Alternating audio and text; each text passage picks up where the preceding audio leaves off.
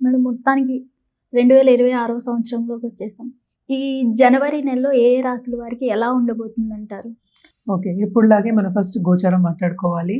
So, గోచార రీత్యానే మనం ఎప్పుడు రాశి ఫలితాలనేది చెప్పుకోవడం అనేది జరుగుతుంది. అంటే ఏంటి? గోచారం అంటే ప్లానెట్స్ తిరుగుతూనే ఉంటాయి. 12 రాశులు తిరుగుతాయి. 9 ప్లానెట్స్ మనకు తెలుసు. సో, కొంతవరకు ఏంటంటే కొన్ని రాసుల వారికి బాగుంటుంది. కొన్ని రాసుల వారికి అంత బాగుండదు. సో, జనరల్‌గా మాట్లాడుకోవాలి అంటే ఫస్ట్ మనం నేను ఎప్పుడైనా మాట్లాడేది స్టార్టింగ్ ఏమో శని భగవాన్‌తో మొదలెడతాను. శని ప్రస్తుతం ఏంటంటే మీన రాశిలో ఉన్నారనమాట. సో, ఆయన ఈ నెలంతా ఇక్కడే ఉంటున్నారు. ఈ సంవత్సరం కూడా ఇక్కడే ఉంటున్నారు. అలాగే మనం చూసామంటే జూపిటర్ నెక్స్ట్ మనకి గురు మహారాజేమో మనకేమో ప్రస్తుతం జెమిని అంటే ఏంటి మిథునంలో ఉన్నారు. అలా రిట్రోగ్రేషన్లో ఉన్నారనమాట. ఈ నెల అంతా ఇక్కడే ఉంటారు.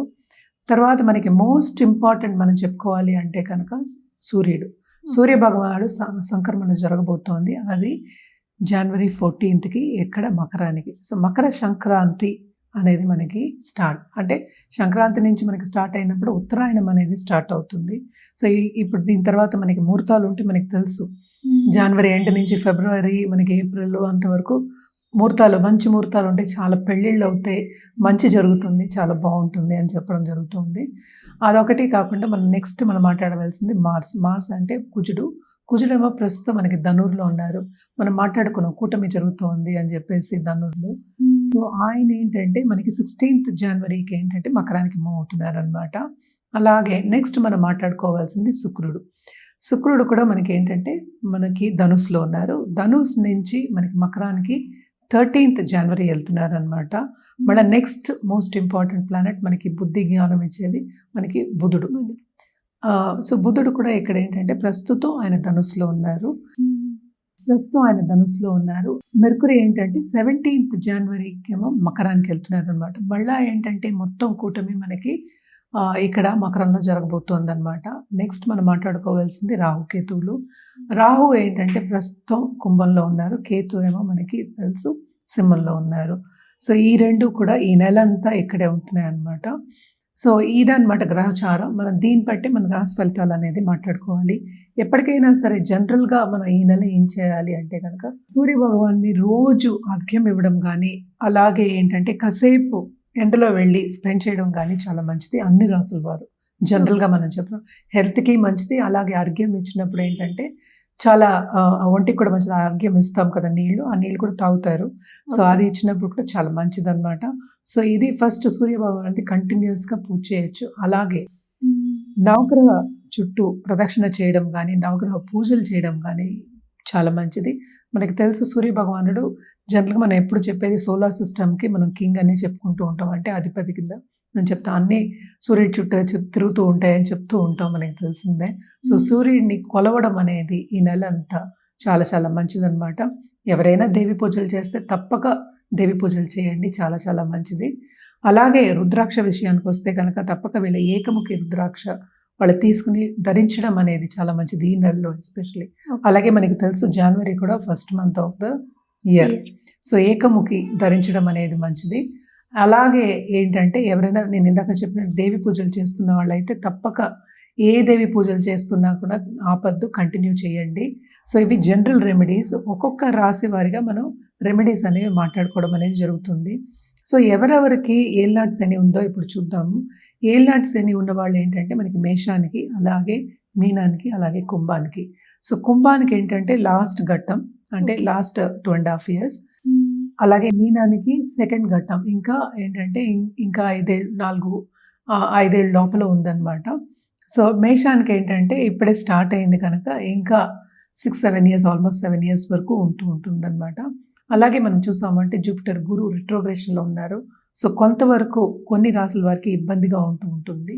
అలాగే ఏ రాశి వాళ్ళకి బాగుంది అనేది చూద్దాం.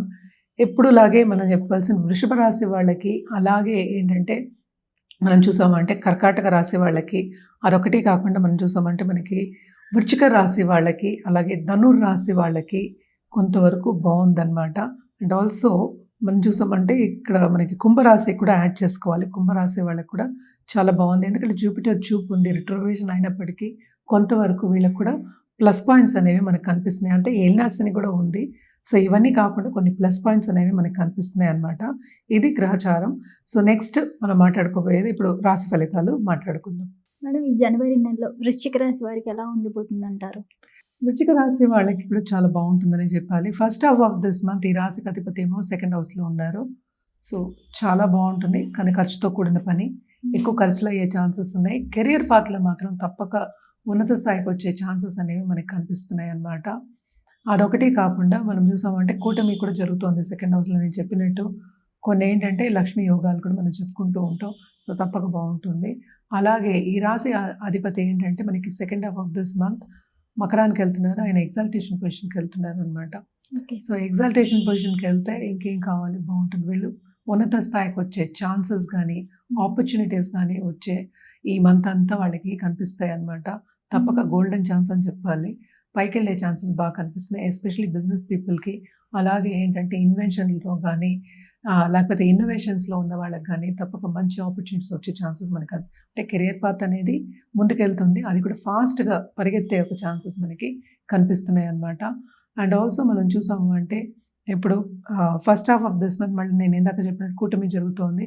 11th లార్డ్ కూడా మనం చూసామంటే సెకండ్ హౌస్లో ఉన్నారు. సో అది కూడా చాలా చాలా మంచి ఒక పరిస్థితి. అంటే ఏంటంటే గోచారం చెప్పుకోవచ్చు. అంటే ఏంటి, రాబడి వచ్చే ఛాన్సెస్, ఫైనాన్షియల్ స్టెబిలిటీ వచ్చే ఛాన్స్. అంటే ఫైనాన్షియల్ స్టెబిలిటీ ఆల్రెడీ ఉంది, ఇంకా బాగుండే ఛాన్సెస్ మనకు కనిపిస్తున్నాయి. అలాగే మనం చూసాము అంటే స్టేటస్ ఇంప్రూవ్ అయ్యే ఛాన్సెస్. అంటే ఫైనాన్షియల్ స్టేటస్, ఒక ఖరీదైన కారు కొనుక్కోవడం కానీ, బ్రాండెడ్ వస్తువు కొనుక్కోవడం కానీ మనకు కనిపిస్తుంది. తప్పక గోల్డ్ కొనుక్కునే ఛాన్సెస్ కూడా మనకి ఎక్కువ కనిపిస్తున్నాయి. ఒకటే కాకుండా జూపిటర్ చల్లని చూపు సెకండ్ హౌస్ మీద ఉంది. అంటే ఏంటి, మనకి ఓన్ హౌస్ని చూసుకుంటున్నారు కనుక తప్పక ఫైనాన్షియల్ స్టెబిలిటీ చాలా బాగుంటుంది. ఈ నెలంతా ఎంజాయ్ చేస్తారు. అండ్ ఆల్సో ఏంటంటే బంధుమిత్రుల కలయిక ఉంటుంది, విందు వినోదాల్లో పాల్గొనే ఛాన్సెస్ ఉంటాయి. అలాగే ఏంటంటే కెరియర్ పాత్లో కూడా చాలా బాగుంది, పైకి వచ్చే ఛాన్సెస్ మనకి ఎక్కువ కనిపిస్తున్నాయి. బిజినెస్ పీపుల్ కూడా కొత్త బిజినెస్ వచ్చే ఛాన్సెస్, విస్తరించే ఛాన్సెస్ మనకి ఎక్కువ కనిపిస్తున్నాయి. దాంపత్య జీవితంలో కూడా కొంతవరకు వీళ్ళకి అనుకూల పరిస్థితి నెలకొంటుంది. ఏంటంటే కొంత ముక్కు మీద కోపం తెచ్చుకోకుండా జాగ్రత్తగా మాట్లాడడం, మసులుకోవడం ఎదుటి వాళ్ళతోటి, కొంతవరకు అండర్స్టాండింగ్ నేచర్ తోటి చూడటం అనేది మంచిది. ఏదైనప్పటికీ వీళ్ళు పర్సనల్ డెవలప్మెంట్ మీద కొంతవరకు ధ్యాస పెడితే మంచిది. అంటే ఏంటి, ఒక జపం చేసుకోవడం కానీ, ఒక పూజ చేసుకోవడం కానీ, లేకపోతే లేవగానే ఒక అఫర్మేషన్ చేసుకోవడం కానీ, ఇవన్నీ చేసుకుని తర్వాత రోజంతా ఏంటంటే కొంత పాజిటివ్గా గడుపుకుంటే కనుక చాలా మంచిది. అంటే ఒక ఎక్సర్సైజ్ కానీ, డయట్ కరెక్ట్ టైంకి తీసుకోవడం కానీ చేసుకుంటే చాలా మంచిది అన్నమాట. అలాగే తప్పక నిరుద్యోగులకి ఉద్యోగ అవకాశం వచ్చే ఛాన్సెస్ ఉన్నాయి. ఎవరైనా వీళ్ళని కిందకి తీసుకెళ్ళిపోవాలి అని అనుకున్నా కూడా వీళ్ళు పైకి వచ్చే ఛాన్సెస్, దాన్ని నెట్టుకుని అంటే ఉత్సాహంగా పైకి వచ్చే ఛాన్సెస్ మనకి ఎక్కువ కనిపిస్తున్నాయి అన్నమాట ఈ నెలలో. తప్పక ఈ నెల అంతా ఎంజాయ్ చేసే ఒక మంత్ కింద మనం చెప్పచ్చు. అండ్ ఆల్సో వీళ్ళకి స్పిరిచువాలిటీ కూడా చాలా మటుకు డెవలప్ అయి ఉంటుందన్నమాట. అండ్ ఆల్సో మనం చూసామంటే ఈ రాశిలో ఉన్న వాళ్ళ పిల్లలు మనం చెప్తే వాళ్ళని కూడా సెటిల్ అయ్యే ఛాన్సెస్ మనకి ఎక్కువ కనిపిస్తున్నాయి. తప్పక ట్రావెలింగ్ కూడా మనకి కనిపిస్తుంది, షార్ట్ టర్మ్ ట్రావెల్ బాగుంటుంది ఈ నెల అంతా వృశ్చిక రాశి వాళ్ళకనే చెప్పాలి. వీళ్ళు ఏ పరిహారాలు చేస్తే బాగుంటుంది అంటారు? వృశ్చిక రాశి వాళ్ళు తప్పక ఏంటంటే ఫస్ట్ కుజుడికి పూజ అంటే ఏంటి, మనం ఎప్పటికైనా నవగ్రహాలు చెప్తూనే ఉన్నాం. కుజుడికి మనం ఎప్పుడైనా చెప్పేది దుర్గాదేవి అయినా చెప్తాము, లేకపోతే ఏంటంటే సుబ్రహ్మణ్య స్వామి అయినా చెప్తాం అనమాట. సో తప్పక సుబ్రహ్మణ్య స్వామికి మంగళవారం గుడికి వెళ్ళి పాలాభిషేకం చేసుకోవడం కానీ, లేకపోతే పూజ చేసుకోవడం, మీ పేరు మీద మీ నక్షత్రం మీద పూజ చేసుకోవడం కానీ చాలా మంచిది అనమాట. రుద్రాక్ష విషయానికి వస్తే కనుక తప్పక వీళ్ళకి షణ్ముఖి వేసుకోవడం చాలా మంచిది. అది కాని పక్షాన్ని ఏకాదశిముఖి రుద్రాక్ష వేసుకోవడం కూడా చాలా మంచిది. ఏదైనప్పటికీ మనం జాతక రీత్యా వీళ్ళకి రుద్రాక్ష ప్రిస్క్రైబ్ చేయడం అనేది జరుగుతుంది. అదొకటి కాకుండా కెరియర్ కానీ, ఫైనాన్సెస్ కానీ డిఫరెంట్గా మనం ఇవ్వడం అనేది జరుగుతుంది అనమాట. మన కలర్స్ విషయానికి వస్తే కనుక తప్పక వీళ్ళు రెడ్ వాడడం, రెడ్తో పాటు ఆరెంజ్ అండ్ గోల్డ్ వాడడం మంచిది. ఎస్పెషలీ మంగళవారం ఈ వార్డ్రోబ్లో వేసుకు చూడండి, మీకు చాలా బాగుంటుంది.